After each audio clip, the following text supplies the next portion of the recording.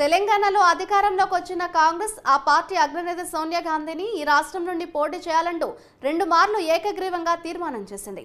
Party రాజకీయ వ్యవహారాల committee సమావేశంలో ఒకసారి, పీసీసీ విస్తృత స్థాయి సమావేశంలో 2 సార్లు రాష్ట్ర కాంగ్రెస్ నాయకత్వం ఏకగ్రీవంగా తీర్మానం చేశారు. ఆ తీర్మానాలను అధిష్టానానికి పంపించింది. అంతేకాకుండా సీఎం రేవంత్ రెడ్డి కూడా తెలంగాణ రాష్ట్రం నుండి పోటీ చేయాలని స్వయంగా విజ్ఞప్తి చేయడంతో సుముఖత వ్యక్తం చేసినట్లు పార్టీ వర్గాలు వెల్లడిస్తున్నాయి. అయితే తెలంగాణలో 3 పార్లమెంట్ నియోజకవర్గాల్లో సోనియా గాంధీ పోటీకి అనుకూల పరిస్థితులు ఉన్నట్లు కాంగ్రెస్ వర్గాలు అంచనా వేస్తున్నాయి.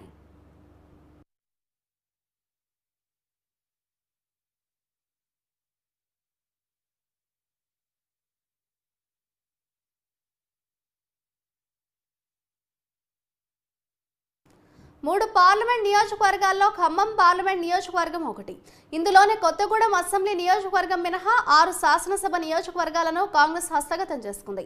ఇక్కడ మధిర నుండి ప్రాతినిధ్యం వహిస్తున్న ఉప ముఖ్యమంత్రి భట్టి విక్రమార్క, ఖమ్మం నుంచి ప్రాతినిధ్యం వహిస్తున్న మంత్రి తుమ్మల నాగేశ్వరరావు, పాలేరు నుంచి ప్రాతినిధ్యం వహిస్తున్న మంత్రి పొంగులేటి శ్రీనివాసరెడ్డిలు ఆ నియోజకవర్గంలో ఉన్నారు.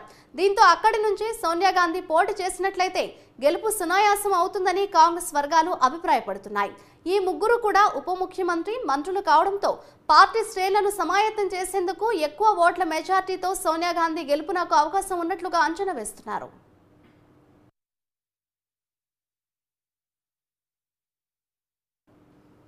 ఇక రెండోది నల్గొండ పార్లమెంట్ నియోజకవర్గం. ఇక్కడ సూర్యాపేట మినహా మిగిలిన 6 అసెంబ్లీ నియోజకవర్గాలు కాంగ్రెస్ కైవసం చేసుకుంది.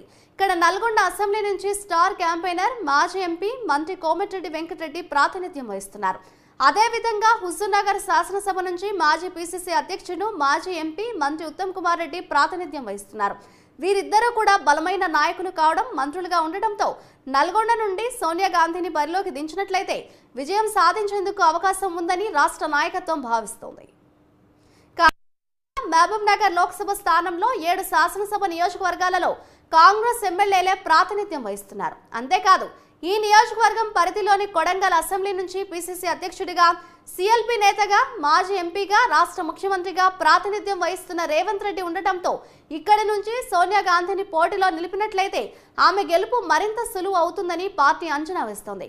కాంగ్రెస్ పార్టీకి కంచుకోటగా నిలిచిన ఈ 3 నియోజకవర్గాల్లో సోనియా గాంధీ పోటీ చేసేందుకు అనుకూలమైనవిగా పార్టీ నాయకత్వం భావిస్తున్నట్లు తెలుస్తోంది.